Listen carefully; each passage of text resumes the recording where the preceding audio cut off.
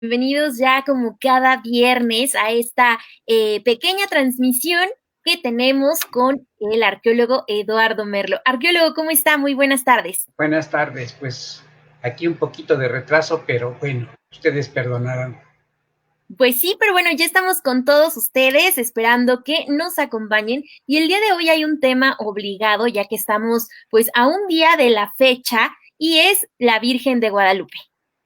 Así es el tema obligado de hoy, porque es un emblema nacional, es un emblema que identifica a todos los mexicanos, a todos, unos pocos en contra, unos muchos, muchísimos a favor, pero nadie se puede escapar de este tema.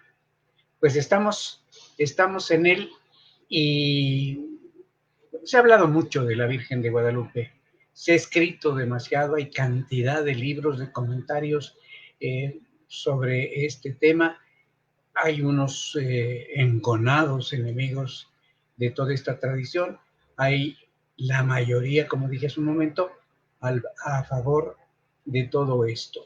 El acontecimiento, de acuerdo con la propia narración, tuvo lugar 10 años después de la caída de Tenochtitlan, o sea, 10 años después de terminada la conquista del centro de México.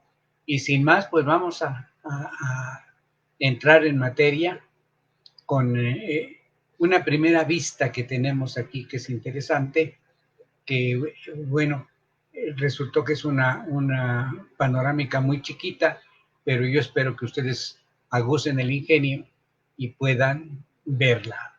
Así que, Itzel, si me haces favor de pasar a la siguiente, que es la primera. Lo que tenemos allí, bueno, está rete pequeñita, parecería un charquito en medio de un bordo de tierra, pero no, no, no, es una reconstrucción ideal de lo que se llamó Anáhuac. Anáhuac es una palabra que significa alrededor del agua y se refiere exclusivamente a la laguna que existía en el altiplano, en la parte central del altiplano y sus alrededores. O sea que los alrededores son los que forman el Anáhuac. Ustedes ven un tono más intenso de verde y al fondo se ve el piquito blanco de los dos volcanes, el Popocatépetl, que es el más alto, el cerro que humea, y el Iztaccíhuatl, que significa mujer blanca.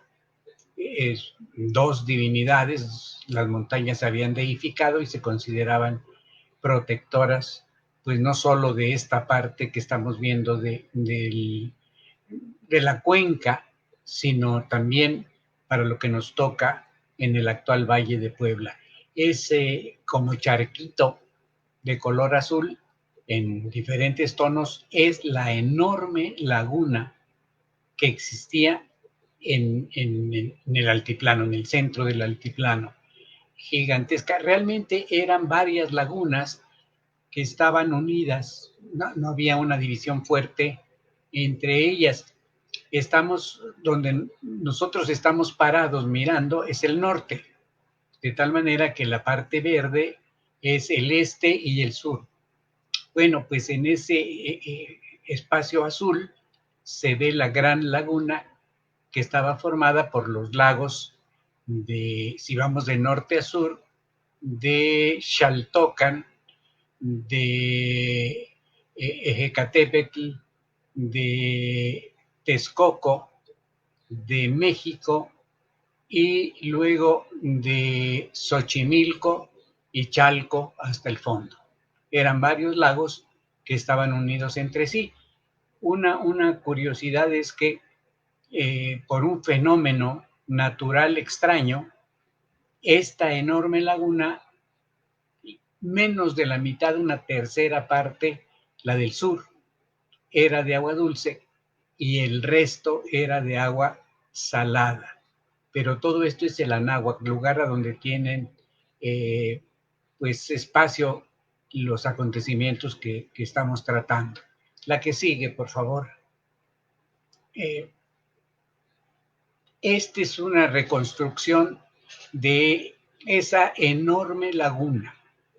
La laguna completa se llamaba Mezcliapan, Laguna de la Luna. Pero aquí estamos viendo, en este plano, el azul claro es el agua dulce y el azul oscuro es el agua salada.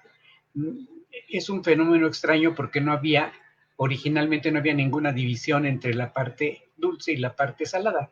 Simplemente era la corriente que evitaba que el agua salada contaminara al agua dulce, porque los veneros estaban al sur, en Xochimilco y Chalco.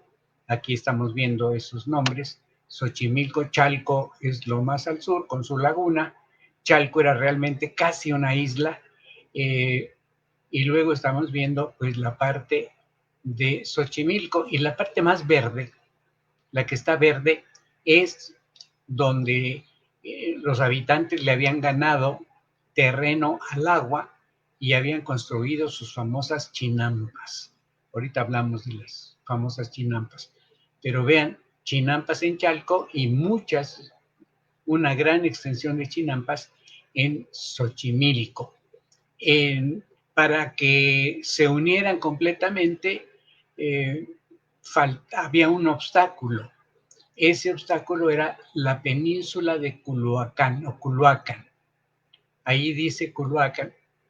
Esa saliente de tierra que está en blanco era una península que tenía como capital Iztapalapan. Iztapalapan. Y bueno, la isla entre verdecita y blanca con una estrella es Tenochtitlan. Tenochtitlan. También está hecha a base de chinampas, por eso está en el color verde.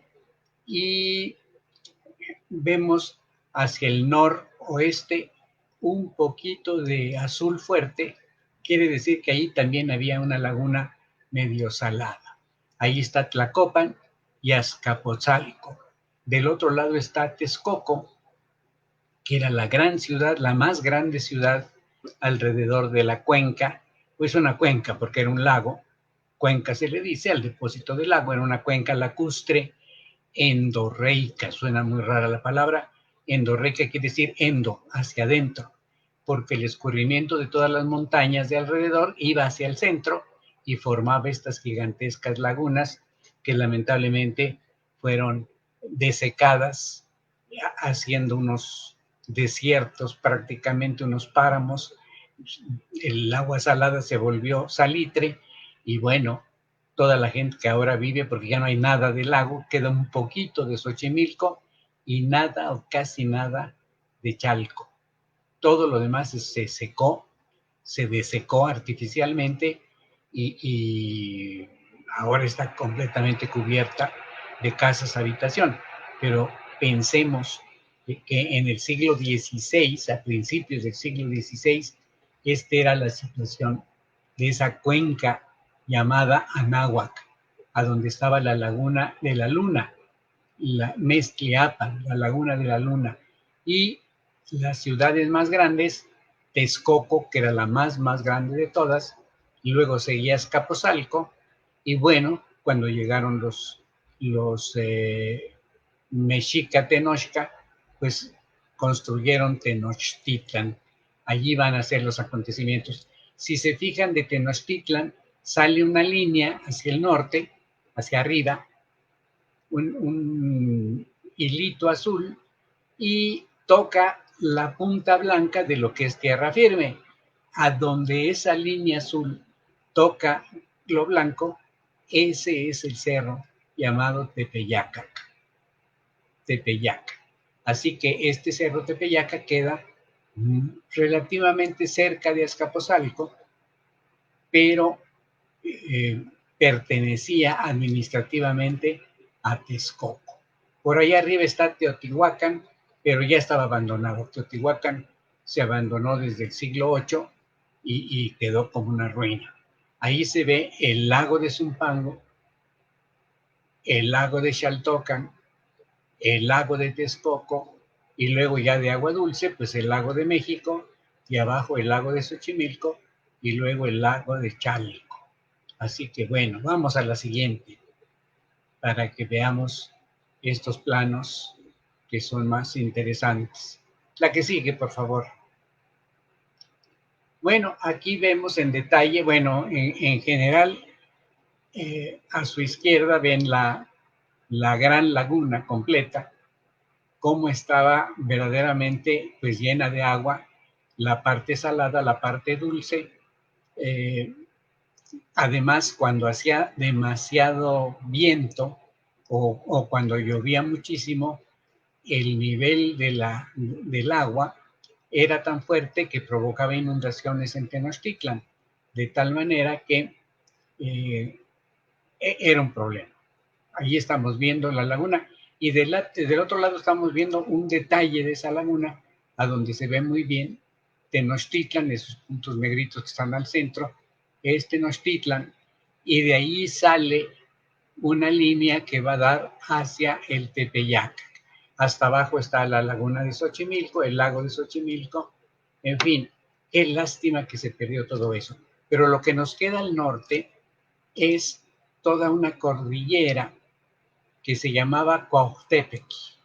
Cuauhtepec, el Cerro Boscoso, o también le pueden decir el Cerro de la Serpiente, pero más bien era el Cerro Boscoso, aunque no tenía tantos bosques.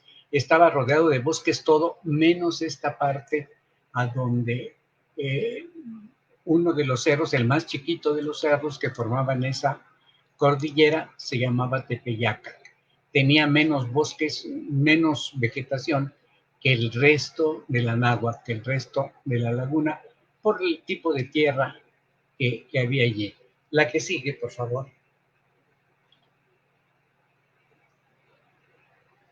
Este es el símbolo Tepeyacac, el glifo, le decimos los arqueólogos. Los nombres de los pueblos se escribían, se dibujaban de acuerdo con las características, y en este caso la palabra Tepeyacac viene de Tepetl, cerro, y Yacac o Yacac, nariz. Por eso le pusieron, esa es la figura del cerro, incluso le pusieron sus chinos atrás, tiene 3 chinos, pero del lado contrario tiene su nariz. Tepeyacac quiere decir, no quiere decir cerro de nariz o cerro narizón, sino significa el cerro que está a la nariz, es decir, a la punta de los otros cerros. Eso significa Tepeyacac. Hay varios pueblos que se llaman Tepeyacac en nuestro territorio. En Puebla tenemos uno cerquita que de Tepeyacac vino a quedar Tepeaca. Es lo mismo, Tepeyacac. Y el de la Laguna de México, de Tepeyacac, vino a quedar en Tepeyac. Ahora sí que le recortaron la nariz con el último, la última sílaba de ac, Tepeyac, cuando debía ser Tepeyac. Pero allí lo ven, pues tal como lo escribían los antiguos mexicanos. La que sigue.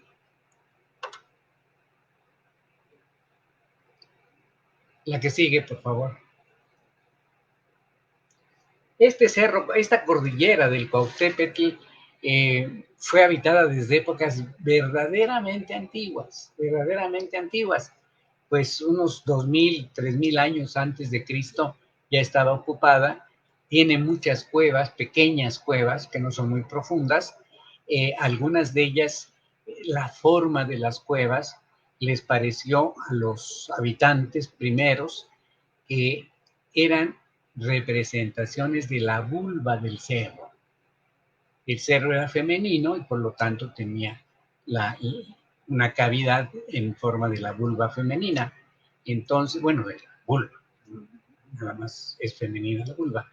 Y a ellos se les hizo que entonces todo la cordillerita, que bueno, no es tan chiquita, la cordillera estaba dedicada a deidades femeninas, evidentemente, asociadas con la fertilidad. Y por eso mis colegas arqueólogos, mis antepasados arqueólogos, desde prácticamente el siglo XIX, empezaron a excavar toda esta región. En el 20 intensificaron estas excavaciones. No había problema porque el cerro estaba deshabitado, la cordillera estaba deshabitada prácticamente, no como ahora que está completamente llena. Pero bueno, y se encontraron miles de figuras como las que estamos viendo aquí. Las excavaciones más profundas, más concentradas, fueron en un lugar que se llama Tlatilco, y por eso llamamos estas figurillas Tlatilco. Aquí las estamos viendo, son evidentemente femeninas y tienen marcadas sus características femeninas para indicarnos que, bueno, de alguna manera están asociados a la fertilidad, pero también este tipo de figuras a los arqueólogos nos dan muchos datos. Por ejemplo, estamos hablando de unos 2000, pongamos 2000 años antes de Cristo, y sabemos que pues las mujeres se arreglaban el cabello de una manera extraordinaria, se hacían peinados muy complicados, usaban aretes o tal vez orejeras. La diferencia entre un arete y una orejera es que el arete simplemente mete un ganchito en una perforación del lóbulo de la oreja. En cambio, la orejera horada la parte de la oreja, el lóbulo de la oreja, y lo va agrandando, van metiendo, perforan, y luego meten pues un palito, y luego uno más grande, y luego uno más grande, hasta que se hace un agujero, cuelga el lóbulo, y allí se puede meter una especie de carrete. Esa es la orejera. Pues aquí estamos viendo, y esta era la indumentaria que se usaba. La señora de los aretes anda completamente desnuda, esa era la moda. Es decir, andaban desnudos, hombres y mujeres. Así nos lo van enseñando las figurillas. Y después, pues ya empiezan a ponerse ellas sus faldas. Allí vemos una falda que está hecha de fibra, seguramente de la penca del maguey, es decir, de iscle, así que parecería una falda hawaiana, aunque mucho más corta que la que usan las hawaianas, y nada más. Eso habla de que esa cordillera estaba dedicada enteramente a la fertilidad. La que sigue, por favor.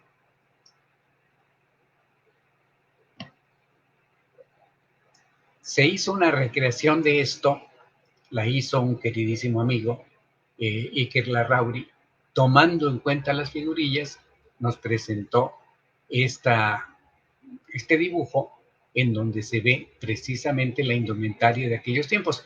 El personaje que estamos viendo en primer lugar es un chamán que se ha vestido como un ave, como un pájaro, seguramente para hacer una representación, una danza que tiene que ver con rituales.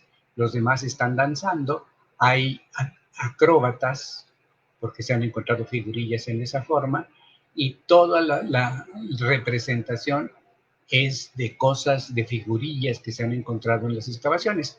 Las casas que están atrás, pues bueno, es una imaginación que los arqueólogos tenemos de que así eran los techos de las casas hechos de palma, y así de dos aguas medias curvas, que posiblemente así eran, pero ahí está la representación de estas gentes de la época que estoy hablando, de la época de Tlatilco.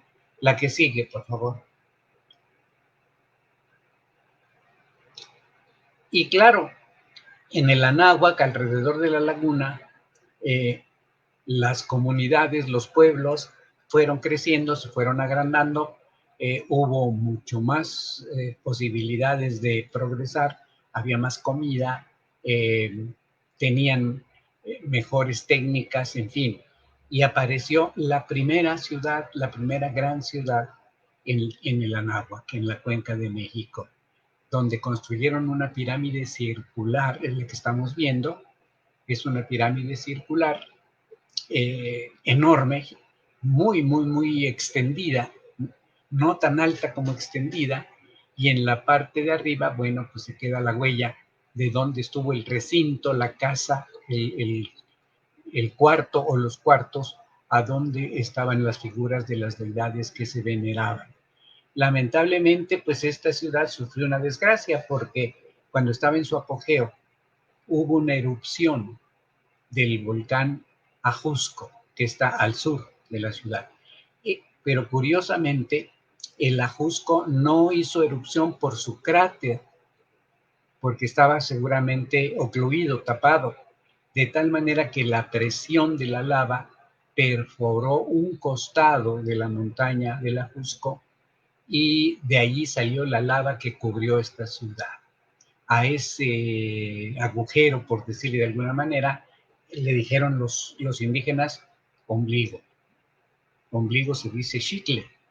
Entonces, por eso le decimos al volcán Xiqui, porque de ahí salió la lava que cubrió completamente el pueblo que estaba alrededor de esta pirámide y la pirámide de lava, que al solidificarse, pues se volvió una capa gruesísima de piedra que costó muchísimo trabajo a los arqueólogos ir quitando, inclusive tuvieron que usar en algunas partes dinamita para sacarlo. Pero es la evidencia, digamos, de una construcción formal grande, más antigua que tenemos en el Anáhuac, exactamente al lado opuesto del Tepeyac. Pero es muy importante. Los habitantes de épocas muy posteriores que no conocieron esta pirámide ni el pueblo que estaba, porque ya habían desaparecido bajo la lava, le llamaron al lugar Huicuilco, Huicuilco, lugar de canto. Quién sabe por qué se irían a cantar por allí, no lo sé, pero ahí está Huicuilco, que para los que conocen la Ciudad de México, está en contraesquina, por así decirlo, de Perisur, este gran centro comercial del sur de la Ciudad de México. La que sigue.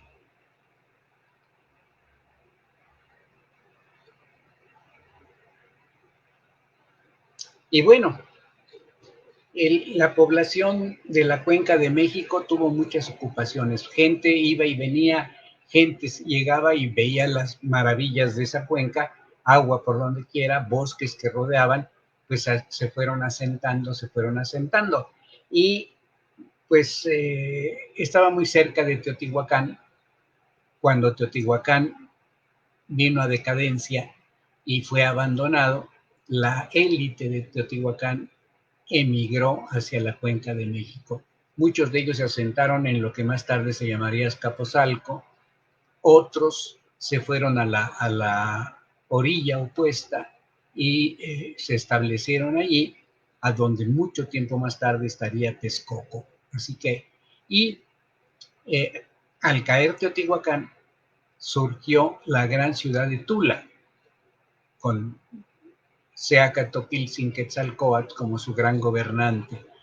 Y estando Tula en su mayor apogeo, llegaron emigraciones del norte masivas que invadieron el centro de México. Primero, pues se quedaron en las orillitas, establecieron contacto con los toltecas, hicieron alianzas con ellos, pero después invadieron completamente los alrededores y luego la cuenca. Asimismo se llamaban chichimecas.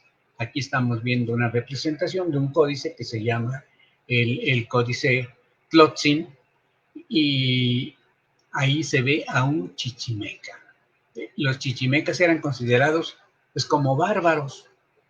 Cuando los toltecas los vieron por primera vez, iba de cacería el señor de Tula y se encontró con un avance de la migración de los chichimecas. Quedaron relativamente frente a frente, sospechando uno del otro, y los toltecas, que eran altamente civilizados, miraron con horror cómo estos extraños que se vestían con pieles de animales, hacían algo terrible, mataban a los animales, les cortaban la carne y se la comían cruda. Entonces buscaron encontrarse con ellos, entenderse más o menos, y lograron hacerlo. Estos chichimecas tenían una ventaja terrible que no tenían los toltecas. traían un arma que no se conocía en el centro de México. Esa arma era el arco y la flecha.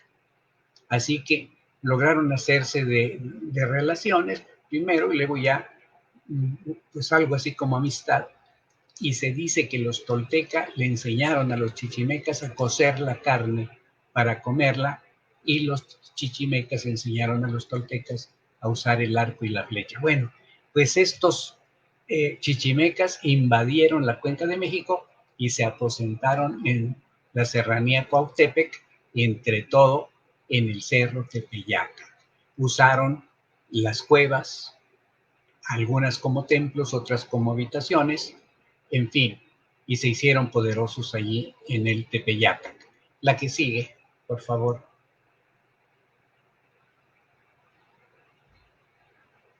Bueno, no voy a hacer la cronología porque no acabaríamos nunca, simplemente que la idea de que el cerro Cuautepec y los cerros que componen el Cuautepec estaban dedicados a la fertilidad, que eran más femeninos, porque las montañas también podían ser femeninas o masculinas, y estaban vivas, oían y actuaban. Entonces, una montaña podía traer grandes lluvias o no traerlas, que era peor. Y en fin, bueno, pues entonces, a medida que los pueblos que se asentaron allí se extendieron, construyeron varios templos. Muchas de las cuevas fueron utilizadas como templos, pero se construyó un pequeño templo encima del cerro Tepeyac. Estaba dedicado a una deidad, pues por supuesto femenina, que tenía que ver con la fertilidad. Aquí estamos viendo una figura de esta diosa llamada Coatlicue. Antes de llamarse Coatlicue debió tener el nombre de Teteoinan o de alguna de las muchas diosas que tenía el panteón indígena, es decir, la cantidad de dioses que veneraban. Se llama Coatlicue porque tiene su falda de serpientes. Coatl es serpiente y Cueit es falda de serpientes. Eso es lo que la caracteriza. Puede que nos cause horror porque tiene una cabeza de calavera, pero bueno, ya debe haber sido peor cuando tenía incrustado cabello natural, o sea que tenía un greñero, que para qué les platico. Pues a los devotos les parecía extraordinario. Tiene sus manos hacia nosotros como diciendo, quiero darles, y daba justamente los alimentos. La que sigue, tiene muchas variantes esta diosa. La que sigue, por favor. Aquí la vemos dibujada en uno de los códices, aquí está más tranquila, si no tiene la cabeza de calavera. Si ustedes se fijan, está hincadita, sentada sobre sus piernas. Esa es la manera como se sentaban los indígenas. Está muy elegante, tiene su enagua y su huipil. Además tiene el huipil tiene una serie de rueditas que significan piedras preciosas. Tiene un enorme disco con una cruz, pero en este caso no es una cruz, es el símbolo oro. Quiere decir que le han hecho ofrendas en oro.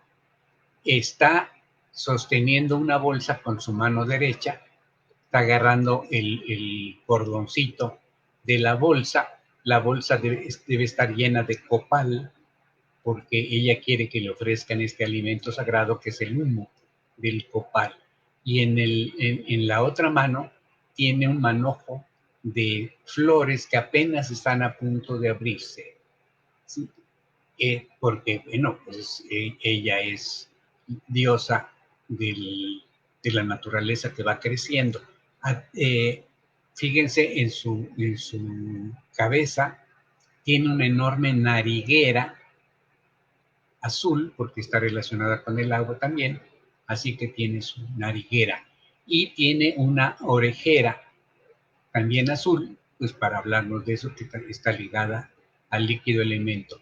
Luego tiene una banda en la cabeza con unas bolitas que son simplemente adornos, piedras preciosas, y luego su remate de plumas. Las más largas son plumas de quetzal, las que son amarillas pues son plumas de guacamaya, y bueno, pero atrás de ella está un mueble a donde salen dos mazorcas de maíz.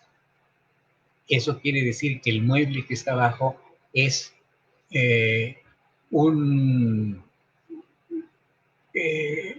espacio para guardar el maíz. ¿Sí? Sincoloc se le dice en el Valle de México a este, pues digamos, granero, a donde se guardan las mazorcas de maíz. Es evidentemente la diosa del maíz. ¿Sí? Cuando es la diosa del maíz se le dice Centeotl, porque Centli es maíz, es una de las formas de decirle al maíz. Centli, se significa uno, o sea que es maíz. Centli es el primero de todo lo que requiere el hombre. Lo primero es el maíz. Estamos hechos de maíz, de acuerdo con una leyenda de los propios indígenas, y bueno, hasta la fecha tenemos la frase, sin maíz no hay país. ¿Sí? Es la diosa del maíz, se llama Centeo, también se llama Chicomecoatl. Ahorita vamos a ver algunas representaciones de ella. La que sigue, por favor.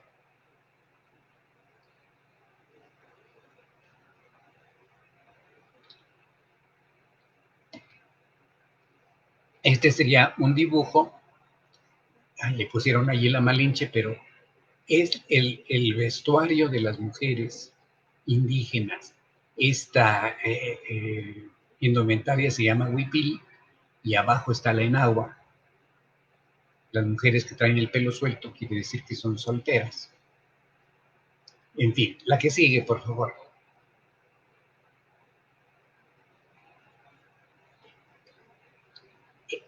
Hay cantidad de esculturas como esta. Se han encontrado prácticamente en todo el centro de México. En Cholula encontramos dos o tres para ser más exactos, de estas. Hemos encontrado en Huejotzingo, la hemos encontrado en la Sierra Norte, en muchos lugares, pero también en otras partes del altiplano. Se han encontrado en Tenochtitlan una buena cantidad, seguramente estaban en el interior de los templos. Tiene esta mujer, o esta diosa, las mazorcas de maíz en sus manos. Son mazorcas cuatas, que son muy apreciado el maíz cuando se vuelve cuate, es muy apreciado. Pero fíjense qué elegancia. No se fijen en la proporción porque la escultura indígena no sigue los patrones de la escultura europea o los cánones de la escultura griega, que son 7 veces la cabeza, etc. No, aquí no pasa eso. Simplemente es la representación de esta diosa, pues bonita, elegante. Vean, trae su enagua, su cueit, y luego la enagua se la amarra con una víbora. Por ahí nada más se ve, por un lado cuelga la cabeza de la víbora y por el otro lado cuelgan los cascabeles de la víbora, es decir, es una víbora de cascabel, una coa. Y enseguida tiene su quechquemitl, que es esta prenda triangular de donde salen estas bolitas que seguramente son piedras preciosas, o sea que está elegantísima, descalza, porque de acuerdo con los patrones antiguos, los patrones prehispánicos, las mujeres no usaban calzado, los hombres sí. Y van a decir, ¿y por qué? Pues por machismo. ¿Qué otra cosa les puedo decir? Por machismo. Aunque las diosas sí pueden llevar, si quieren, calzado, pero aquí yo creo que decidieron ponerle los pies descalzos para que los fieles les regalaran pues medias sandalias, medios cactlis, para que se le pusieran allí en el adorno, porque se acostumbraba mucho que la gente regalara vestidos para los dioses, y entonces se les sobreponían a la escultura original, y a veces parecían bultos de tela y no se veía nada de la escultura. Pues esta es la diosa del maíz, que también se llama Chicomecoatl. Chicome significa 7 y Coatl serpiente. La 7 serpiente, no por otra cosa, sino porque nació en el día llamado 7 serpiente. La que sigue, sí, por favor. Allí hay, en el códice, en uno de los códices, se le representa de esta forma. Claro, es un códice ya de la época colonial y por lo tanto le pusieron esta como tiara papal, pero no, de ninguna manera usaban eso. Pero sí tiene sus mazorcas de maíz en la mano y tiene un collar hecho de mazorcas, la señora Chicomecoa. La que sigue, por favor. Aquí la vemos en su fiesta, en su fiesta. Tiene un tocado gigantesco que yo creo que apenas se podía mover la pobre, pero es una diosa, así que pues yo creo que lo usaba con facilidad. Está parada ella al centro y tiene un gran tocado del que se desprenden bandas y parece que está dentro de una casa de campaña, pero no, es su tocado, es su tocado. Y al lado de ella están mujeres que asistían al templo y que le hacían ofrendas, pues tanto de alimentos como de copal, porque todos los dioses pues gustaban del olor del copal y les servía de alimento, aparte de lo que se les ofrecía a los dioses, que eran los sacrificios.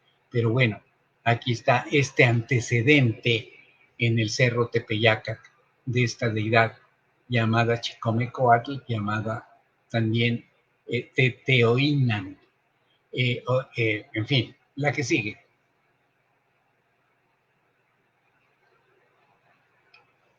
En el cerro Tepeyacac, a donde estaba el santuario de esta diosa que estamos mencionando, se hacían sacrificios como este. Incluso hay una relación que hacen los cronistas indígenas, diciendo que había ya un santuario en el cerro Tepeyacac dedicado a esta diosa Chicomecoatl. Aunque tuviera varios nombres, Coatlicue, Chicomecoatl, Teteoinan, en fin, la gente prefería decirle con un nombre cariñoso, cariñosísimo. Le decían Tonantzin, Tonantzin. To significa nuestro, Nantli significa madre, y Tzin es el diminutivo que se le puede aplicar a todas las palabras de la lengua mexicana del náhuatl. Así que Tonantzin significa nuestra madrecita,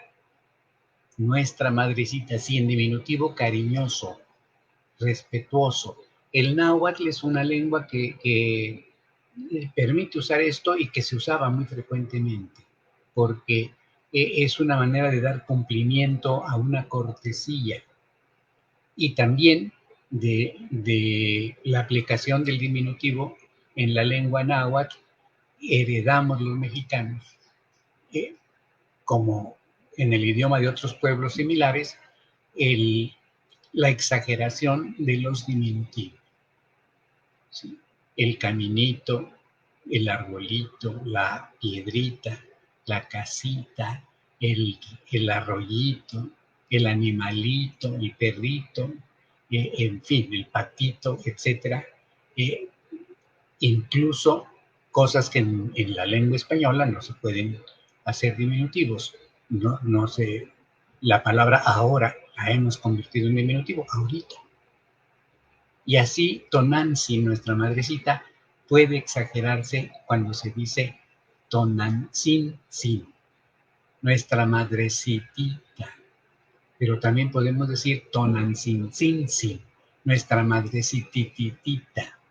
Bueno, pues de ahí pueden sacar muchas conclusiones. Tonantzin es nuestra madrecita y en el cerro Tepeyacac, donde estaba su santuario, le hacían sacrificios como este. La relación que quiero contarles es que había guerras, se fundó Tenochtitlan, los mexica, tanto Tenochca como Tlatelolca, pues andaban en busca de prisioneros para los sacrificios.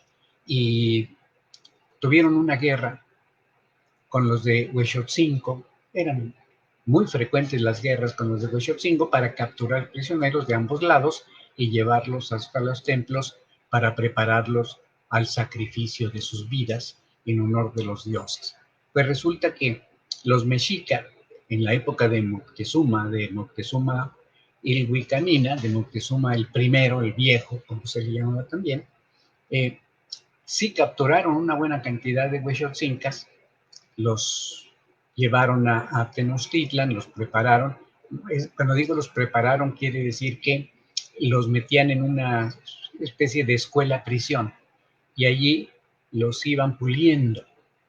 Si no tenían buenos modales, les enseñaban buenos modales. Si no sabían cantar, pues ándale a cantar, a bailar, a hacer lo más refinado posible, porque a los dioses no se les hacen sacrificios sin valor. Entonces, para que fuera gente que valía la pena. Pues resulta que prepararon a estos huexotzincas y los llevaron hasta el templo de Tonantzin y allí los sacrificaron de esta manera como estamos viendo. Es la fiesta Tlacacalistli. Quiere decir deflechamiento. ¿En qué consistía?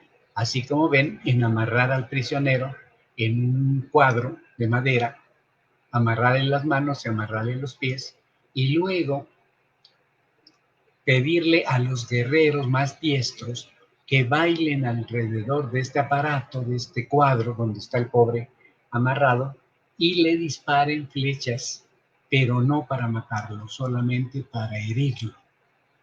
Pues hacía este tipo de fiesta de flechamiento, y después de flechar a los huexotzincas que habían capturado, pues ya los bajaron todos dados al queso, todos heridos, y los llevaron a sacrificar. Unos fueron sacrificados en el teocalli de Tonantzin, bueno, a la manera usual, le sacaron el corazón, pero a otros les fue peor, porque había al lado del santuario de Tonantzin una gran fosa. La llenaban de carbón, encendían eso, y cuando estaba el carbón ardiendo, aventaban a los pobres candidatos al sacrificio, y pues ahí estaban pegando de brincos, dándose, retorciéndose, porque se estaban quemando. Y antes de que se asfixiaran o se murieran quemados, los sacaban y los llevaban al sacrificio, a sacarles el corazón. Bueno, pues esto que nos suena terrible era parte del sistema religioso, y no nos escandalicemos porque muchos pueblos del mundo han tenido este tipo de ofrendas a los dioses, así que no se escandalicen. Si alguno piensa que esto es lo peor que puede haber, abra la Biblia y lea la historia de Abraham y cómo Dios le pide que le sacrifique a su hijo. Quiere decir que había esa costumbre de sacrificar gente. Él, claro, lo lleva, obedece, y a la hora de la hora, afortunadamente, un ángel viene y le dice: no, solamente queríamos probar tu obediencia, etcétera. A predicar. En fin, simplemente a recalcar que había sacrificios en todas partes. Bueno, pues resulta, ya lo sacrificaron, la fiesta fue todo un éxito, la gente con mucha devoción iba desde la ciudad o desde los pueblos hasta el santuario de Tonantzin, al grado de que de la ciudad de Tlatelolco se construyó una calzada de piedra sobre el agua que debió costar muchísimo para ir hasta el santuario de Tonantzin, para que fuera la gente pues en romería, en peregrinación hasta el santuario. La noticia llegó a Tlaxcala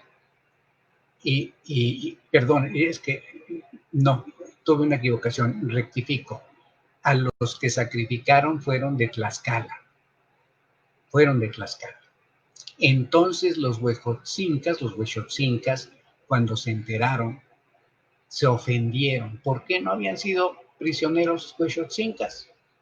Era un honor ser sacrificado ante la diosa Tonantzin, y habían sido tlaxcaltecas.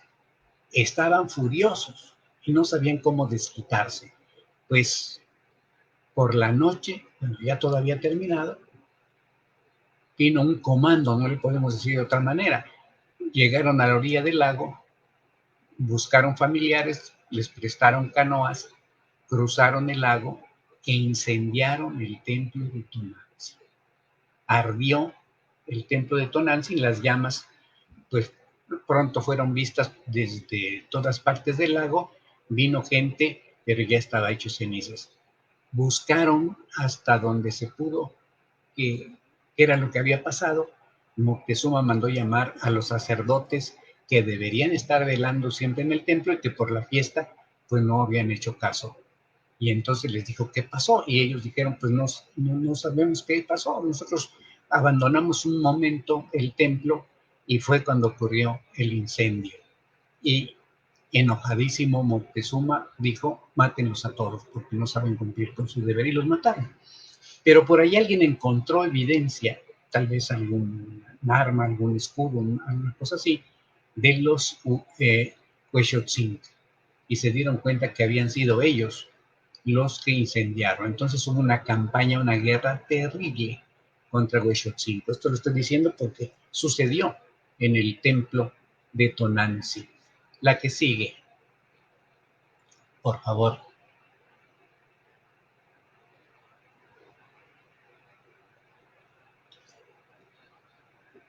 Moctezuma mandó quitar todos los escombros del incendio y todo lo que había y construir un templo nuevo, grande, propio para la deidad Tonantzin.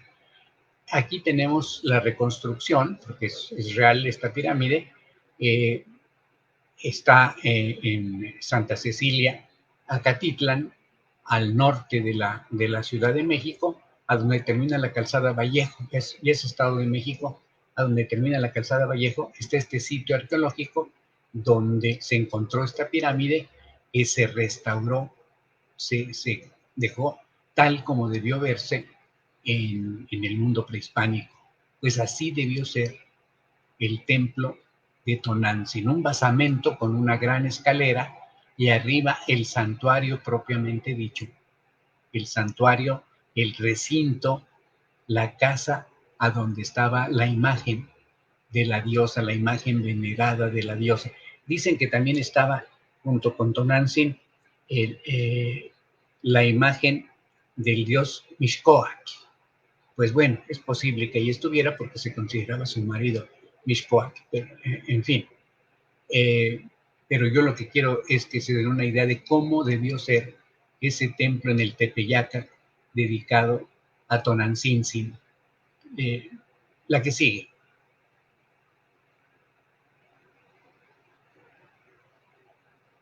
Aquí vemos una alegoría de la fundación de Tenochtitlan.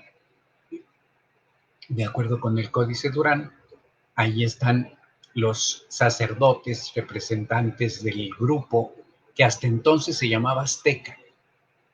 A partir de ese momento, Huitzilopochtli se aparece parado sobre un nopal como un águila portentosa. Aquí, bueno, aquí Durán ya le mandó a poner una serpiente. En las crónicas originales no hay tal serpiente, sino pájaros que están siendo devorados por el águila. Pero bueno, no le hagamos caso a eso. Ahí está la laguna como si fuera un charquito, y el personaje que está al frente, que tiene una especie de círculo en su tilma, en su capa, es nada menos que Tenoch, el fundador de Tenochtitlan. ¿Sí? La que sigue.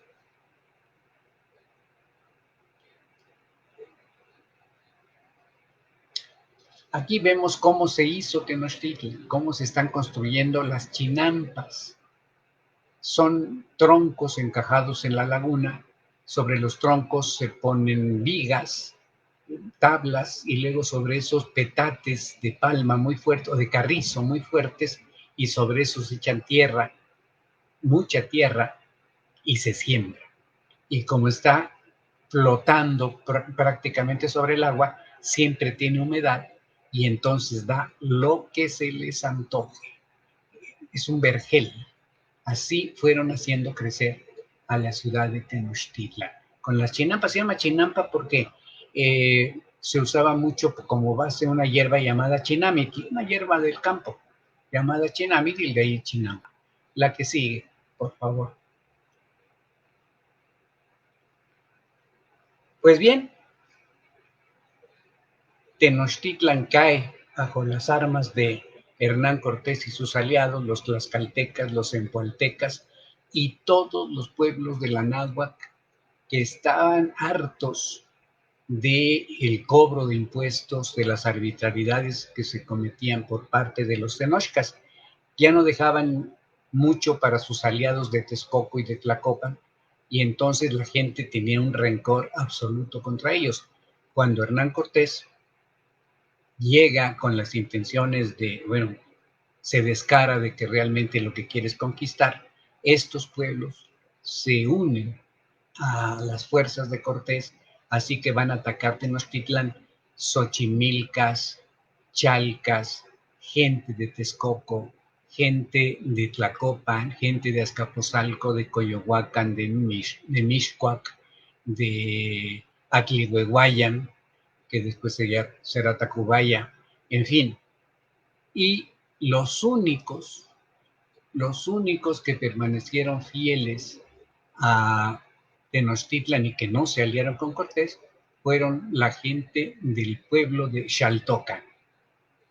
Ellos sí permanecieron fieles, pero bueno, viene la conquista y cuando Hernán Cortés estudia cómo es el Anáhuac, cómo está dispuesta la laguna, ya vino la noche triste, ya lo corrieron, en fin, se rehizo en Tlaxcala, mandó construir 13 bergantines, 13 pequeños barcos, los ha traído por partes y se arman en Texcoco, se botan al lago y con esto hacen un arma formidable contra la ciudad lacustre.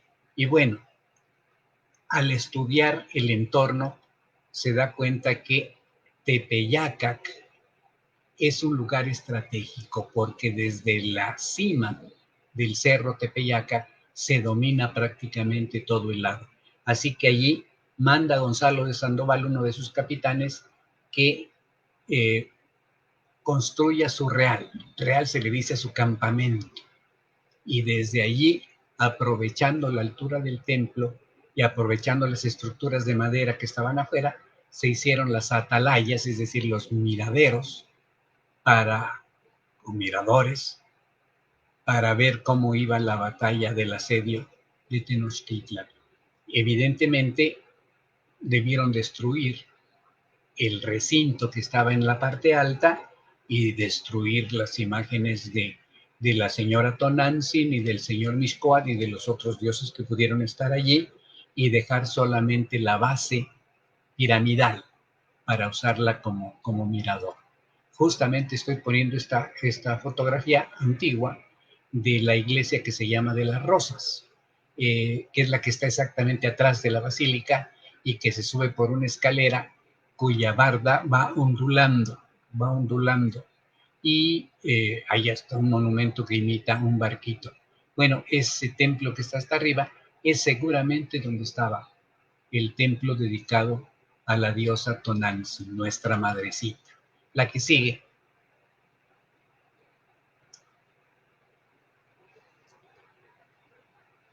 Aquí vemos unas maquetas de cómo eran los templos, de cómo eran los teocallis. Claro, es una maqueta, es una cosa chiquita, debe medir 30 centímetros de altura. Estas y otras dos más, yo las encontré en la región de Tehuacán, en Puebla, y son muy, muy interesantes porque incluso guardan pintura. Los decorados que tenían los templos por afuera, tiene sus almenas, cada uno de los templecitos tiene su base con sus escaleras, sus columnas, en fin, en algunas encontramos hasta los diosesitos que estaban adentro, en una ofrenda de una tumba, pero se las pongo para que se imaginen cómo debieron ser esos templos de decorados, de colores, porque nada había gris del color de la piedra, del color de la tierra. Los colores siempre han sido algo fundamental en nuestra cultura. La que sigue, por favor. Aquí vemos la gran ciudad de Tenochtitlan. de acuerdo con la imaginación de Diego Rivera en los murales del Palacio Nacional, pero se acerca mucho a la realidad. Esta calzada que vemos que de nosotros llega hasta Tenochtitlan es la calzada de Tlacopan, o sea, la que va a Tacuba, como le llamaron los españoles, a Tlacopan. Y allá al fondo se ve el recinto sagrado a donde estaba el templo mayor y los otros templos. ¿Sí? Es muy buena reconstrucción que hizo Diego Rivera. La que sigue, pues él estaba asesorado por doña Eulalia Guzmán, que era una mujer sabia. Aquí lo vemos más de cerca y con más detalle. La calzada que tiene pues una vialidad de ida y otra de vuelta para que no haya problemas de tránsito, lo sabía, lo sabía. Y hay puentes de madera que se quitaban y ponían de acuerdo con las necesidades y pues el lago que se mete hasta las calles eran de agua y había una comunicación total de la ciudad. Algunas calles eran de tierra, otras eran de agua, y así que era una ciudad pues mágica, como Venecia, así le dijeron los conquistadores. Ahí al fondo vemos los volcanes, muchísimos, pequeñitos, y claro, hasta el fondo los grandes volcanes del Popo y el Iztac. Así que bueno, la que sigue.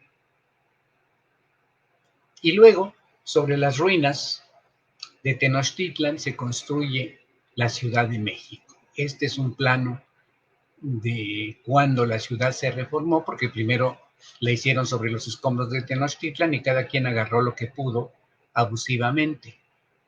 Se tuvo que llamar a un experto, Alonso García Bravo, que era agrimensor, es decir, tenía conocimientos de medidas en el caso de campo, de ciudad, y él arregló el trazo de la ciudad para hacerla congruente, que sus calles fueran derechas, que no hubiera invasión de un terreno que tapara las calles, etcétera.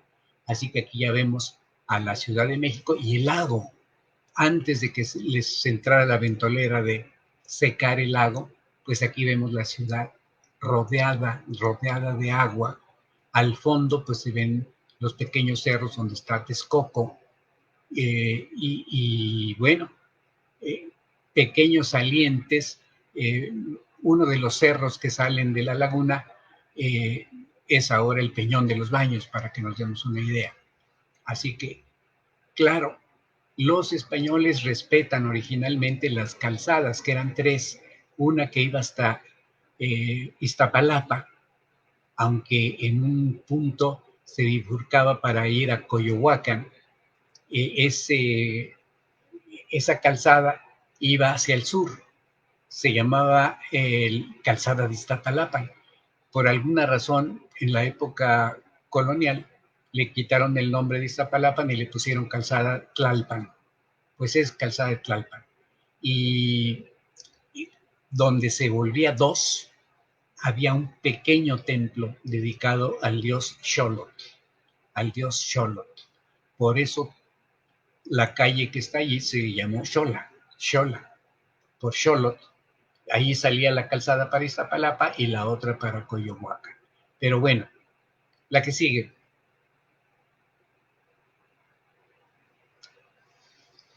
10 años después de la conquista, el Cerro Tepeyacac va a ser un punto absolutamente importante. La fuente histórica más importante que tenemos de este acontecimiento es este texto que tenemos aquí. Un sabio erudito, alumno del Colegio de la Santa Cruz de Tlatelolco, que estaba a cargo de los franciscanos, aprendió rápidamente a escribir con caracteres latinos su idioma, el náhuatl. Y entonces, bueno, y dominaba el español y incluso sabía latín. Era un hombre bastante culto porque así eran los que salían del Colegio de la Santa Cruz de Tlatelolco. Los frailes como Fray Toribio de Benavente, como Fray Pedro de Gante, como Bernardino de Sahagún, enseñaban a los indígenas porque querían que fueran más sabios que los españoles. Y lo lograron, no les costó gran trabajo, porque pues, los que venían conquistadores no eran precisamente catedráticos de Salamanca ni nada que se parezca. Así que se escandalizaban incluso de que estos indígenas estudiaran tantas cosas. Hay una anécdota que relata el padre Motolinia, en donde dice que estaba parado afuera del colegio de la Santa Cruz cuando se encontró con un clérigo, es decir, con alguien que no era fraile, que era sacerdote del obispo, y entonces este sacerdote le dijo a Fray Toribio: yo no sé para qué pierden ustedes el tiempo intentando enseñar a estos indígenas, nunca van a aprender los rudimentos de la cultura, ni siquiera de la gramática, son ignorantes por naturaleza, no sé para qué, pónganlos a trabajar en lugar de tenerlos estudiando. Bueno, le echó una filípica allí, pues contra el colegio. Fray Toribio, pues con esa actitud franciscana, lo tomó con calma y le dijo: mire usted, señor cura, le voy a mostrar algo. Y de los muchachos que estaban saliendo, llamó a uno: oye, ven acá. Y ya vino el muchachito indígena y le dijo: saluda al señor cura. Entonces saludó al señor cura. Yo quiero que escuches lo que te va a decir el señor cura en latín, para que él vea si has aprendido o no. Y entonces el otro cura, muy soberbio, le soltó pues una frase larga en latín, y el muchachito se quedó callado. Y le dijo Fray Toribio: anda, contéstale, y callado. Y el cura le dijo: ya ve, no entendió ni una jota de lo que yo dije, porque es ignorante. Entonces, ya molesto, Fray Toribio le dice: a ver, muchacho, ¿por qué no le contestas? Y el muchacho, pues haciéndose chiquito, le dijo: pues por respeto, no quiero ofender al señor cura. ¿Cómo que no? Contéstale, te lo ordeno. Pues es que el señor cura se ve que no se sabe las declinaciones en latín, porque lo que me dijo está equivocado en género, número y caso. Debió decir tac, tac, tac, tac, tac. Y dice el cura, frunció la boca, se dio la media vuelta y no me volvió a hablar nunca más en su vida.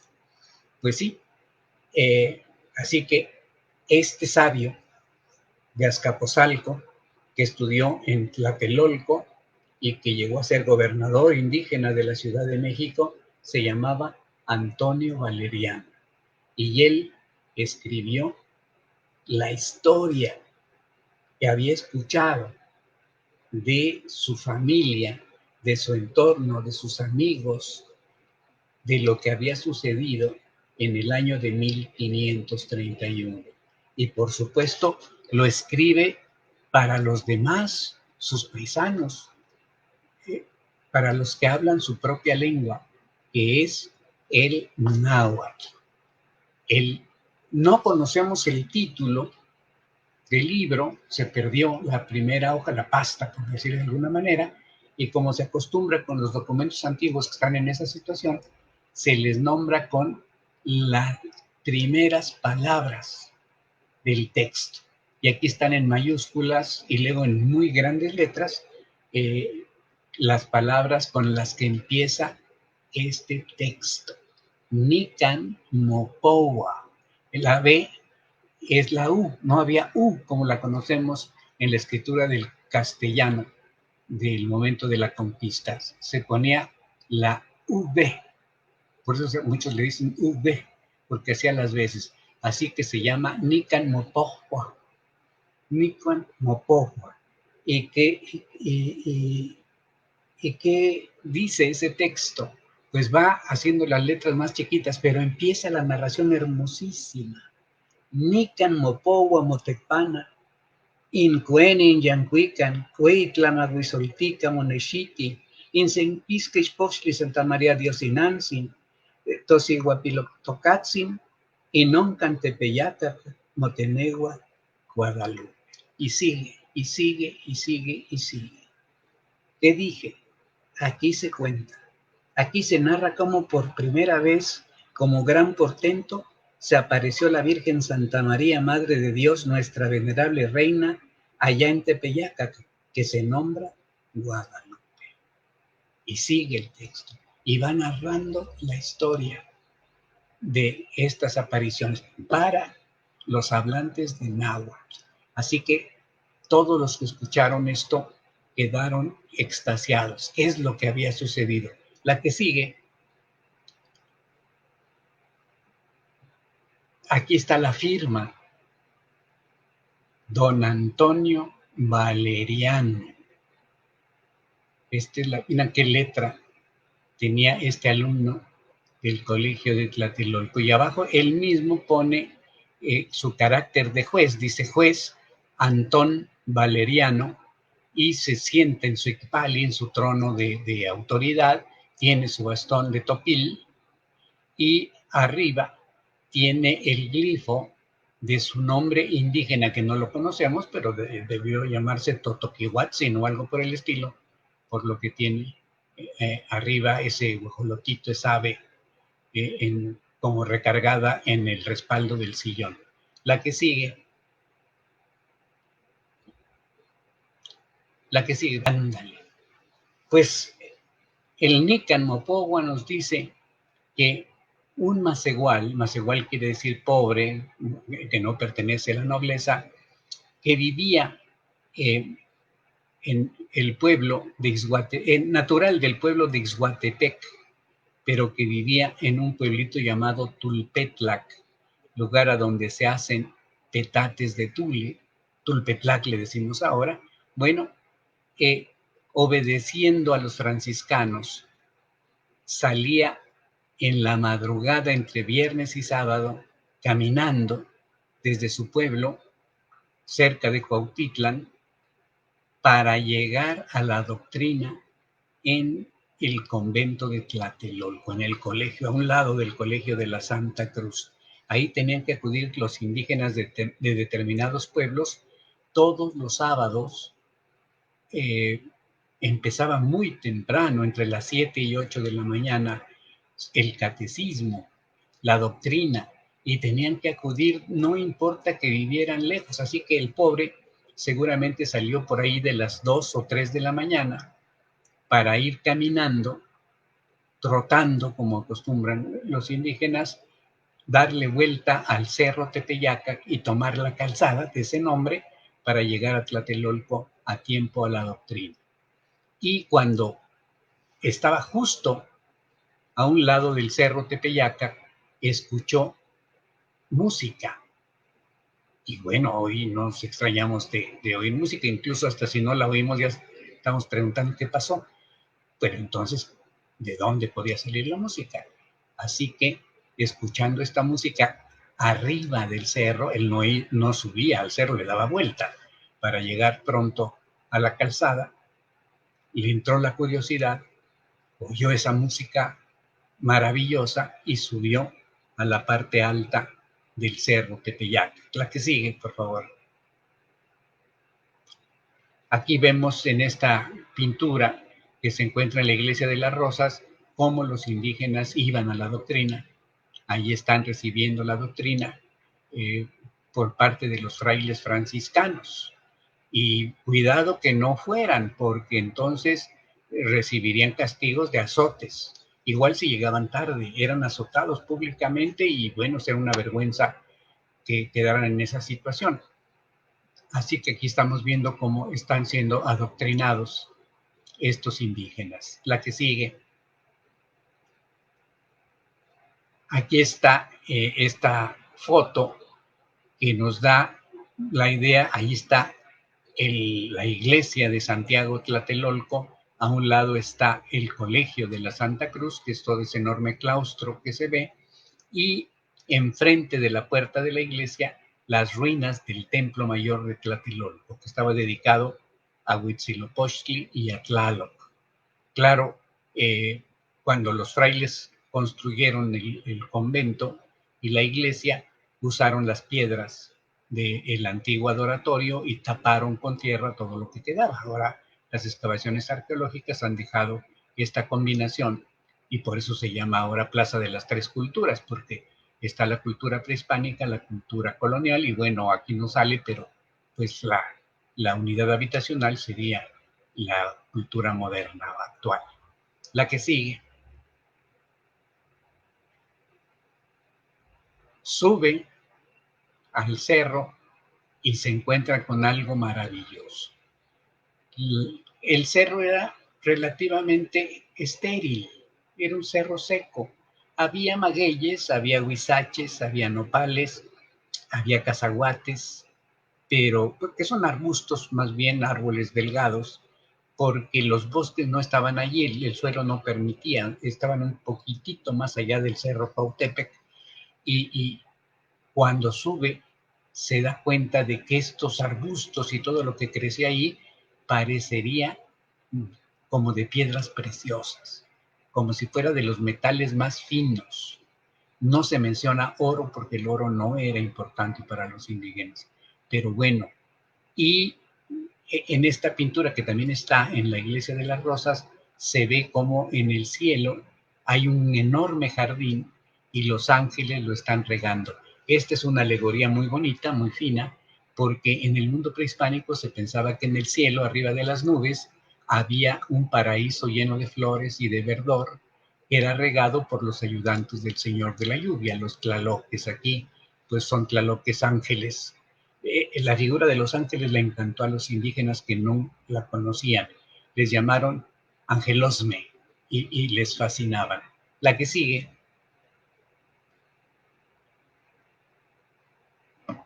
Las palabras de Juan Diego cuando sube a la parte alta del cerro son de veras muy, muy significativas.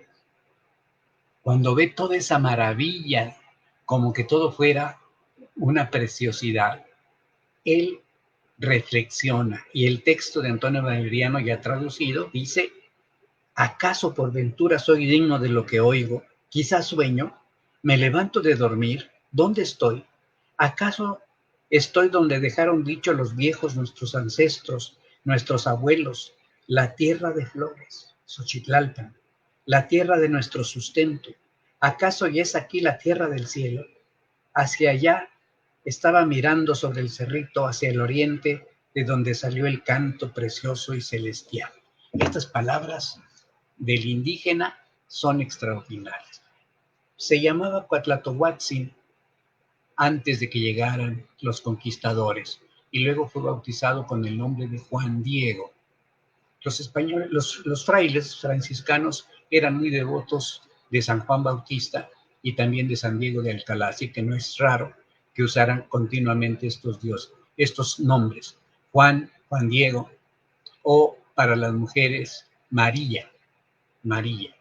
Incluso se dice que él estaba casado con una mujer llamada María Lucía, que ya había muerto cuando todo esto estaba pasando.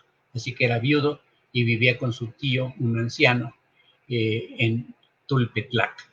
Imagínense, no era ningún jovencito, pasaba de los 50 años Juan Diego cuando todo esto aconteció, de tal manera que su tío pues debió ser un carcamancito, porque el promedio de vida era mucho menor que en nuestros días. Alguien que tenía 40 y tantos años era ya un viejito, y de 50 pues ya estaba más para allá que para acá. Así que, pero en fin, y sube y mira esto y luego descubre algo extraordinario, una señora, una señora que está frente a él, y él pues se deslumbra, ¿sí? Porque el texto de Antonio Valeriano dice que la vestidura era semejante al sol, resplandecía, relumbraba, y las piedras y el peñasco donde estaba parada eran flechados por los pequeños y numerosos resplandores como ajorca de jade precioso, y la tierra relucía como un arco iris, y los mezquites y nopales y todas las demás hierbecillas allí se daban como si fuera obsidiana preciosa, como si fueran turquesa preciosa. Su follaje brillaba y su tallo, sus espinas pequeñas, relucían como si fueran de metal brillante. Fíjense qué maravilla.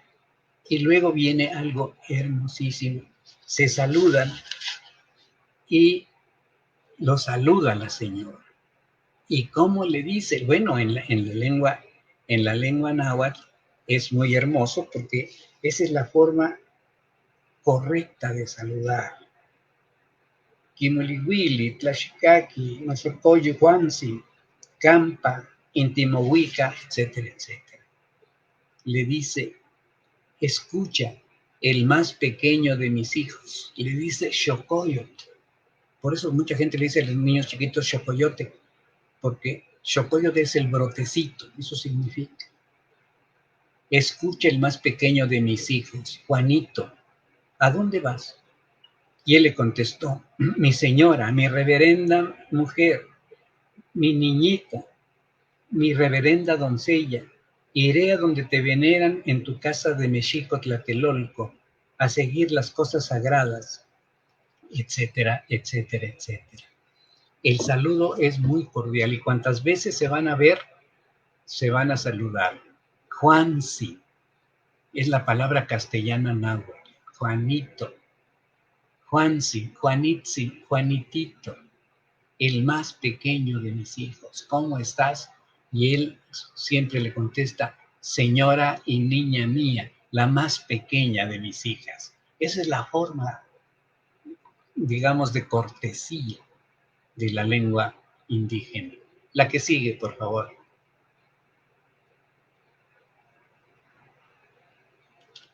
La Virgen le manda que vaya a ver al obispo, que era Fray Juan de Zumárraga. Aquí lo vemos en esta pintura de Miguel Cabrera. Fray Juan de Zumárraga, enviado por Carlos V como primer obispo de México, y al poco lo nombraron arzobispo, pero aquí todavía era obispo cuando está pasando todo esto. Esta caminata de Juan Diego rumbo a la doctrina se da el 9 de diciembre, sábado 9 de diciembre de 1531. La que sigue.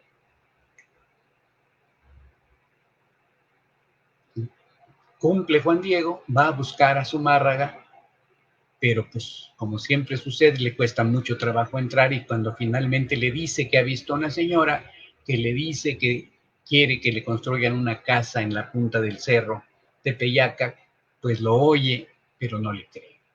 Y sus ayudantes menos. Los obispos a menudo están rodeados de gente pues que no tiene precisamente conmiseración de los demás. Claro, y Fray Juan de Zumárraga era un hombre humilde, era un hombre sabio, era un hombre que no haría eso, pero sus ayudantes sí. Y él le dice, bueno, pues está bien, tráeme una prueba de que lo que dices es verdad. Y bueno, la que sigue, por favor. No acabaríamos nunca si hacemos toda esta referencia. Regresa y le dice a la señora, bueno, que no le hizo caso, que pues prácticamente lo mandó con aire fresco y ella le pide que insista. No voy a hacer la relación completa porque no acabaríamos nunca. La que sigue. Ahí está la Virgen dándole consejos. Finalmente lo reprende porque pues no se resiste a ir y se decide, pero lamentablemente el día que prometió ir a ver al obispo, se enferma su tío, Juan Bernardino, gravemente. Está azotando a la región una terrible enfermedad que se llama cocolistli. Es viruela que trajeron los españoles y que acabó con buena parte de la población indígena. Así que Juan Bernardino posiblemente esté enfermo de cocolistli, está pues condenado a morir porque no hay remedio que los indígenas conozcan contra esta enfermedad. Los españoles que están inmunes, pero no los indígenas. Y decide ir a buscar a los sacerdotes para que asistan a su tío, le da vueltas al cerro, pero la Virgen sale a su encuentro y lo reprende. Y le dice, no estoy yo aquí, que soy tu madre. O sea, ¿por qué vas a buscar otro si yo te estoy dando la información que necesitas y yo soy quien puede curar a tu tío? La que sigue. Al tiempo, pues entonces le dice que hago, sube al cerro y recoge las flores que vas a encontrar allí. Y el otro se queda pensando, pero si es un cerro pelón, ¿qué flores voy a encontrar allí? Entonces, pues sube. La que sigue, por favor.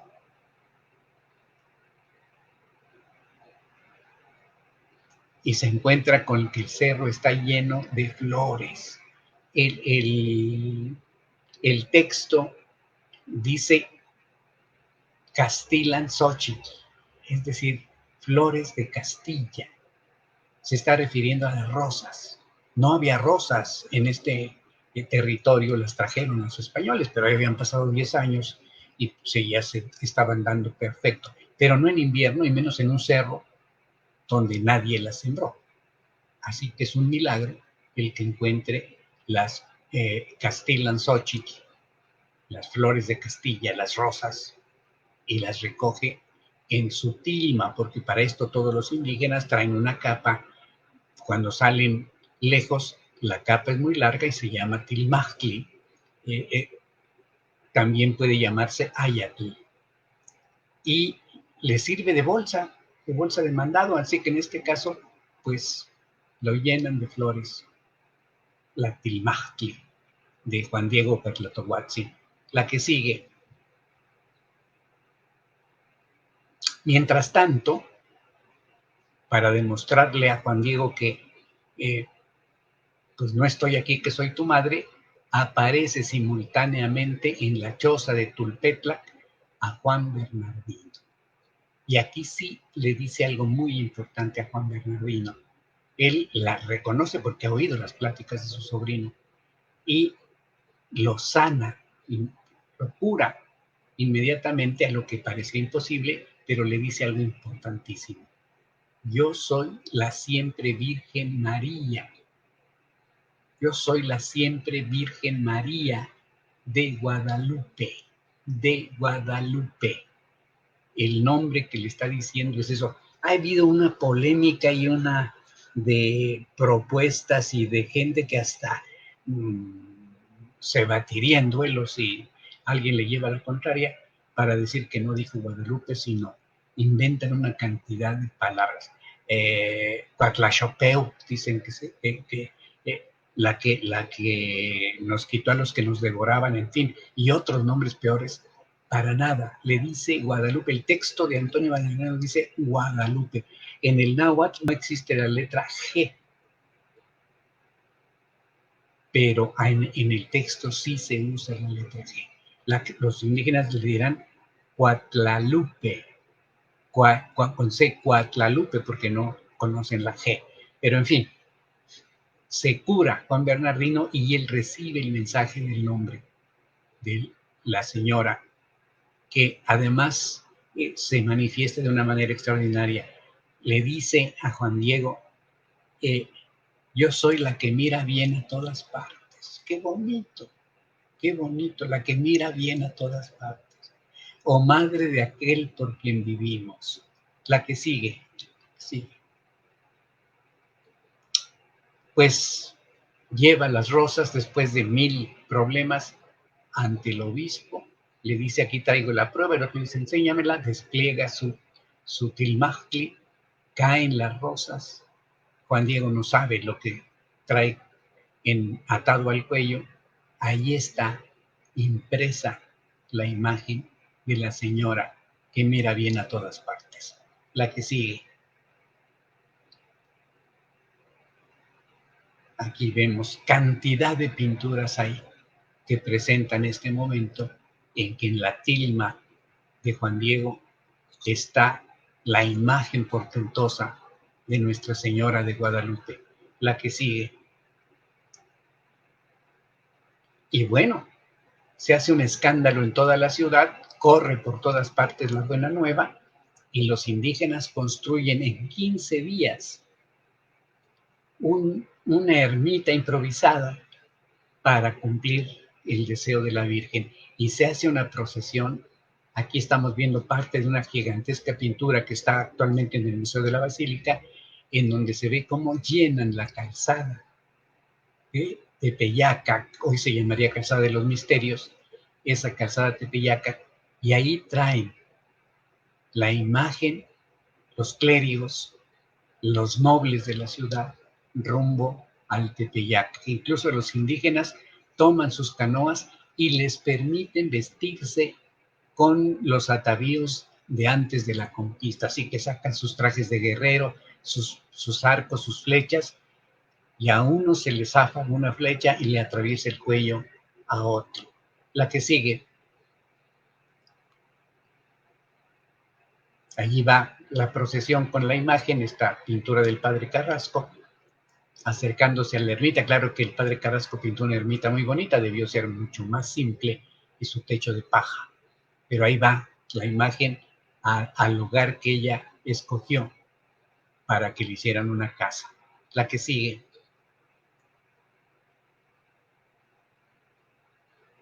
Este es el complemento de la pintura.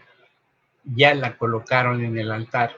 Llevan al indígena medio muerto o muerto, dicen otras versiones, ante ella y cuando lo ponen a los pies del altar, revive, sana. Y este es el primer milagro. Bueno, el primer milagro es la impresión. Será el segundo milagro que hace la señora que mira bien a todas partes. Ahí están las autoridades de la Ciudad de México, ahí está Zumárraga, ahí están todos los que tenían que estar. Y los Macehualtin, los pobres, que llenan completamente la calzada y los alrededores de esa nueva ermita. La que sigue. Y bueno, imágenes de ese tiempo.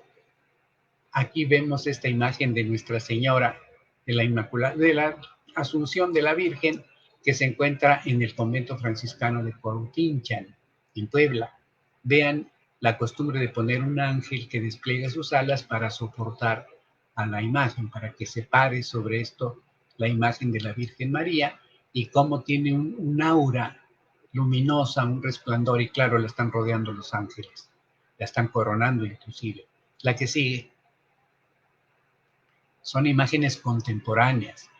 Esta es una imagen un poquito posterior, pero vean cómo se pinta, se traduce la imagen de Guadalupe a la devoción de los ángeles. Ahí están acompañándola los ángeles y un devoto que mandó pintar esto porque le hizo un milagro. Es un indígena, evidentemente. La que sigue. Esta imagen de un grabado de ese tiempo que después fue coloreado, nos presenta cómo la Virgen María está de pie y está rodeada por un aura, aureola si le quieren decir, pero aura, que también se llama almendra, luminosa de rayos, como si ella misma fuera el sol. Es contemporánea a la imagen de Guadalupe. La que sigue. Y bueno, algo importante es como nota al margen. La que sigue, por favor.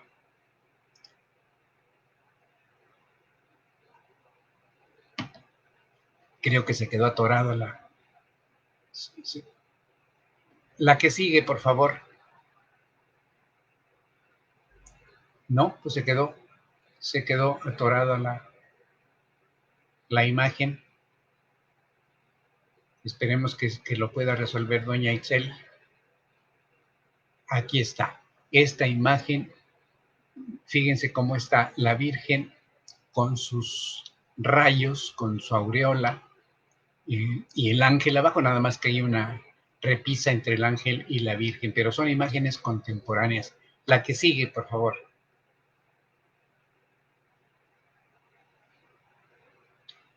Las imágenes de España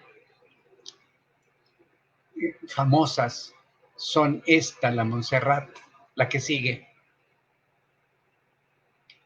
Y ahora vamos a ver algo impresionante. Esta imagen, pues son vírgenes de una tradición europea oscuras, negritas.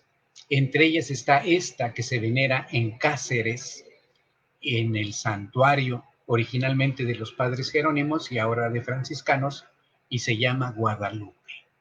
La Virgen de Guadalupe española, que se venera desde épocas muy, muy anteriores a la aparición de México, pero que, aunque es la misma Virgen María, no tienen relación su historia con la historia de Guadalupe. Los españoles pensaron que de aquí se había copiado la imagen española, pero no, absolutamente no. La que sigue.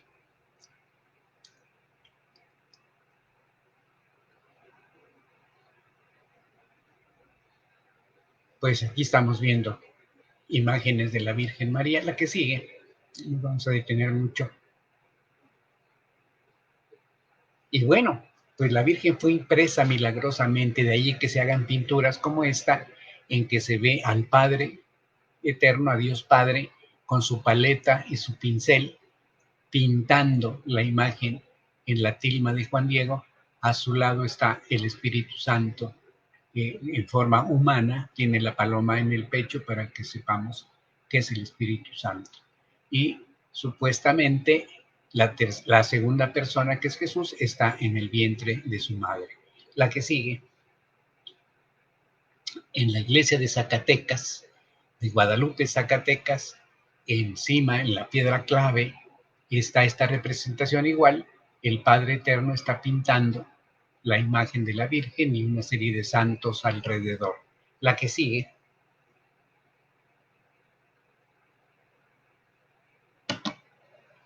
pues este es Guadalupe, que se enseñorea sobre la náhuatl y mucho más tarde sobre el resto del país. A partir de 1646 se publica por primera vez en castellano la historia, la traducción, más bien la historia, inspirada en el texto de Antonio Valeriano por el padre Miguel Sánchez, un sacerdote poblano, que con esto la da a conocer al resto del país, y poco a poco el culto, bueno, para mediados del siglo XVII, ya el culto está extendido por todo el país. La Virgen de Guadalupe es la imagen más venerada, va a ser considerada como la protectora de México, pero no va a ser real esto, no va a ser oficial, sino hasta el siglo XVIII, en que las autoridades de la Ciudad de México, junto con el arzobispo, la declaran patrona de México, primero de la Ciudad de México, y Puebla es la primera ciudad que protesta. ¿Y por qué de México y no de toda la Nueva España? Y se va a extender este patrocinio por todos lados. La que sigue.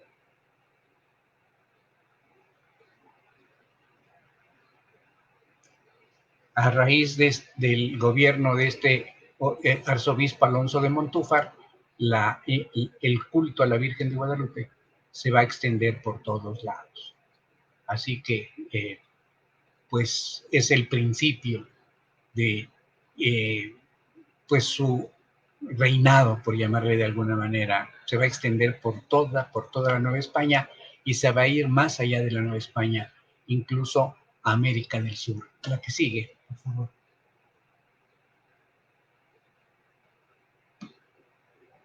Al, al lado, muy cerca de esta primera ermita, brota un manantial de agua milagrosa. El obispo mismo va a ver, los enfermos toman de esta agua y se curan. Con el tiempo, pues, va a aumentar el número de iglesitas, de habitaciones, y el manantial va a quedar más abajo, hasta que lo envuelven en un brocal y se vuelve como pozo. En el siglo XVIII se le construyó una capilla hermosísima que llaman del Pocito, y lamentablemente pues ahora el pozo está cerrado y ya no se bebe esta agua que brotó milagrosamente. La que sigue.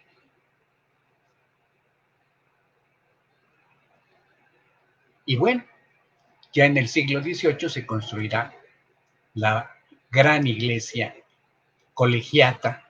Todavía no tiene el título de basílica, pero enorme, regia. Y luego un ilustre poblano, don Mariano Fernández de Echeverría y Beitia, cuya hija quiere ser monja capuchina, le manda construir la iglesia que está al lado. Todo el edificio que estamos viendo aquí cerca lo construye este ilustre poblano para su hijita, porque lo forma o funda un convento capuchino. Fíjense nada más la lana que tendría este ilustre señor, que después sería consejero de la Ciudad de México.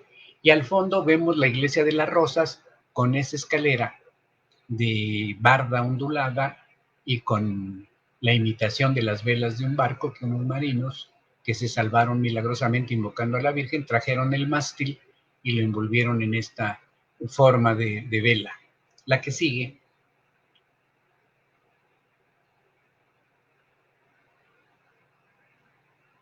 Esta es una vista, bueno, imaginaria, panorámica de la Basílica en un 12 de diciembre, porque es el día en que la Virgen queda impresa en la tilma de Juan Diego, y ahí vemos la iglesia de las Rosas hasta arriba, y todo el conjunto lleno, porque desde siempre se ha llenado, pero de multitudes.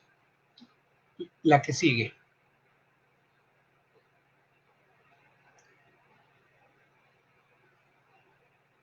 La que sigue, por favor. Y bueno, la Virgen de Guadalupe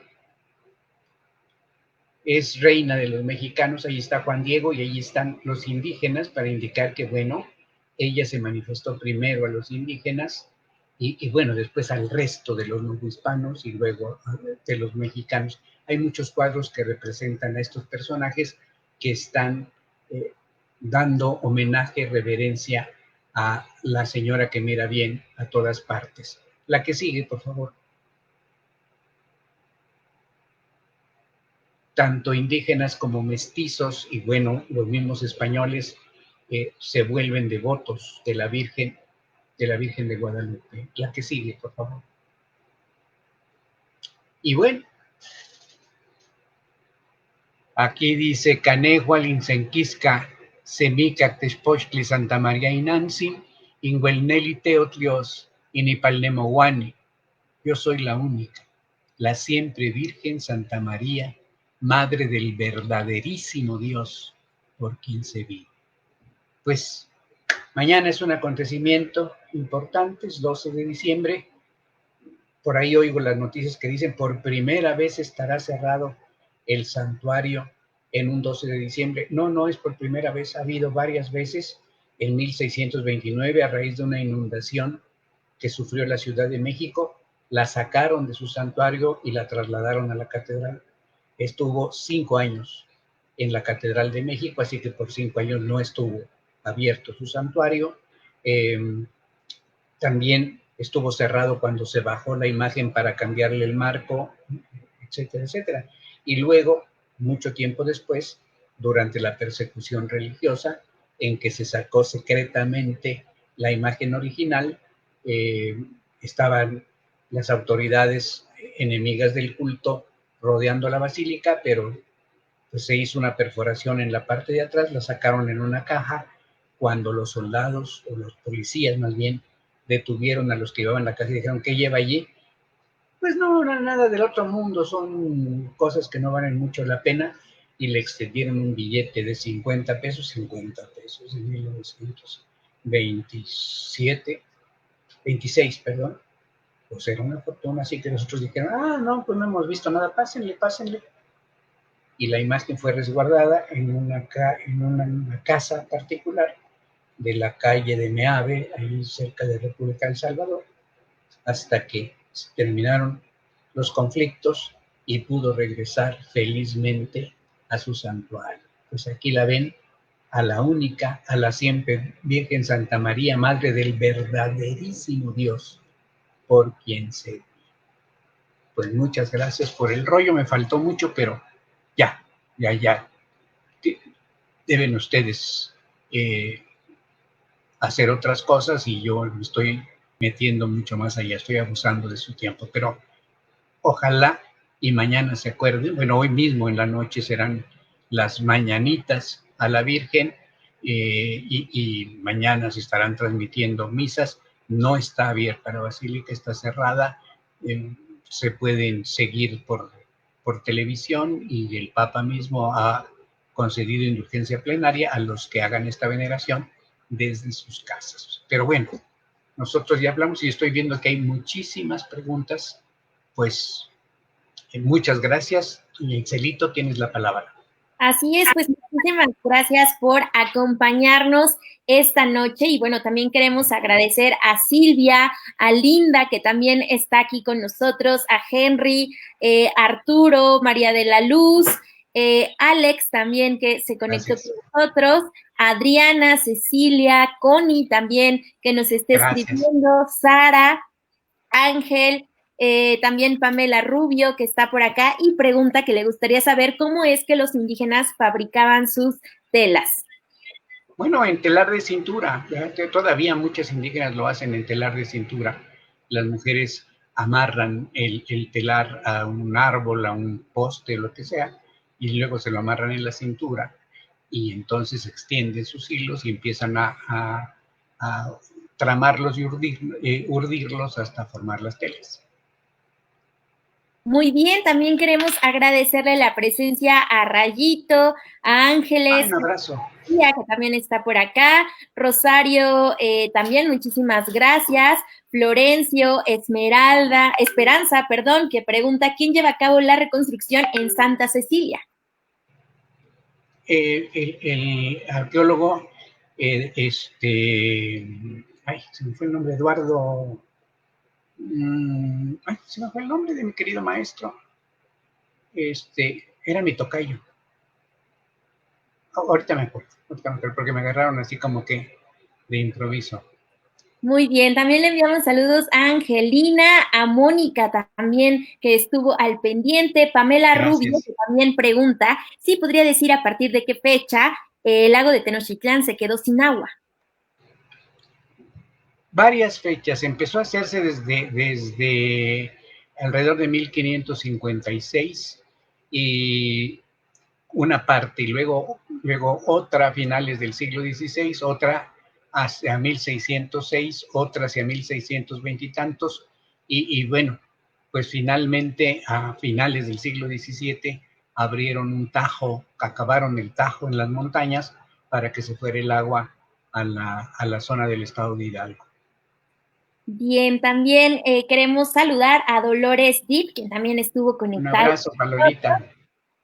Pamela Rubio también pregunta si hubiera sido posible que el continente americano alcanzara el mismo nivel de desarrollo tecnológico que Europa de no haber ocurrido la conquista. Pues es una pregunta que es difícil de contestar. Tenían un desarrollo muy importante, claro, los europeos habían avanzado mucho en tecnología, yo creo que aquí se hubiera alcanzado, pero un tiempo largo después, o sea que nunca fueron, digamos, a la par uno con el otro. También saludamos a Jaime Oaxaca, Socorro Lara, también estuvo viéndonos, Adriana Ruiz también un abrazo, Gracias. Marta Sandoval, Saraí Carrasco también que estuvo presente, Gracias. Irene Gómez, Adriana Díaz que también está conectada, Henry Sánchez, que también nos escribe por acá, muchísimas gracias. Linda Laura también dice, excelente conferencia como siempre. Y una pregunta, se comenta que cuando fuimos esclavizados, el cambio de imagen de nuestros dioses a los santos y vírgenes, y vigentes, perdón, se empezó a dar también. ¿Es cierto eso? Y si la Virgen también le hicieron eso, así como también la Villa de Guadalupe debió de tener esas imágenes para recordar el origen tanto de los santos como de la Virgen. Estimada Linda Laura, por eso hablé de Tonantzin y de su santuario.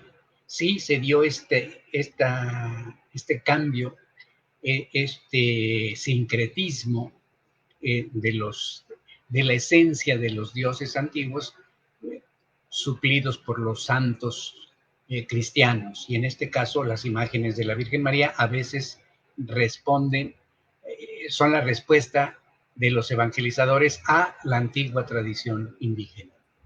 Muchísimas gracias. También le enviamos un saludo a Susi Sanro, Saraí Carrasco también estuvo por aquí, Mardi Carrasco también, muchos saludos, Gaby Jiménez Urbano también que nos deja por acá un mensaje, dice que es el arqueólogo Eduardo Matos Moctezuma.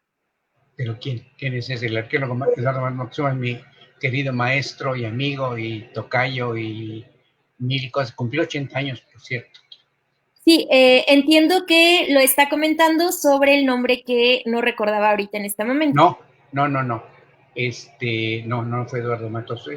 Es un maestro de nosotros, de él y mío. Parellón, Eduardo Parellón se llama. Muy bien, muchas gracias. Se llamaba porque ya murió hace mucho tiempo. Muchísimas gracias. Adriana Díaz Smith también pregunta, ¿qué cierto es que el lago se ve vacía porque por ahí se fueron los abuelos con el tesoro y aún está el caracol en Ecatepec? Esa es una leyenda, sí es una leyenda. Y bueno, y no está equivocada, pues los abuelos se fueron con el agua, que era la vida de esa región que ahora es un lago pero humano. Perfecto. También Juan Tlacuilo nos deja por acá su mensaje. ¿Qué opina del estilo arquitectónico de la nueva Basílica de Guadalupe? Yo quiero decir una cosa, a mucha gente no le gustó la Basílica Nueva, se inconformaron y cuando la trasladaron la imagen estaban molestísimos, en fin, pero yo conocí, bueno, fui amigo, muy buen amigo y discípulo de don Pedro Ramírez Vázquez, a quien le encargaron eh, este recinto, y él lo explicaba de una manera extraordinaria. Decía que cuando le encargaron esto se puso a pensar que al fin y al cabo en el mundo del Antiguo Testamento el arca de la alianza iba siendo trasladada en tiendas, en tiendas de campaña grandes, y allí servía de templo, caminaba y lo volvían a poner, etcétera, en una peregrinación eh, que duró muchísimos años. Entonces, con esa imaginación, recreó la basílica como una tienda de campaña del desierto y adentro la imagen. Y además pensando en la cantidad de gente que la visita, caben 12,000 personas adentro del templo, que es una barbaridad, y además tiene 12 capillas en la parte alta donde se pueden hacer servicios religiosos a la par de los que se están diciendo en el templo mayor. Muy bien. También queremos mandarle un saludo a Mago Gallardo. Muchas gracias por su mensaje. Gracias. Y tenemos una pregunta de María de la Luz Mejía que quisiera saber si ha estado cerca de la imagen original de la Santísima Virgen de Guadalupe. Sí, por supuesto. Tuve el gusto y el atrevimiento de darle un beso directamente en la mejilla, pero directamente. Atrevido y condenado, pero bueno, la ocasión la pintan calva y yo dije, pues ahora es cuando. Muy Sí, bien, pues muchísimas gracias a todos quienes nos sintonizaron este viernes, como todos los viernes. Ya estaremos con ustedes la próxima semana. Arqueólogo, muchísimas gracias por acompañarnos. gracias a ustedes, gracias a todos los que tuvieron la paciencia de escucharnos y gracias a ti, doña Excelito, por, sí, por dirigirnos. Muy bien, pues muchísimas gracias a todos y esperamos vernos la próxima semana. Que tengan muy buenas tardes.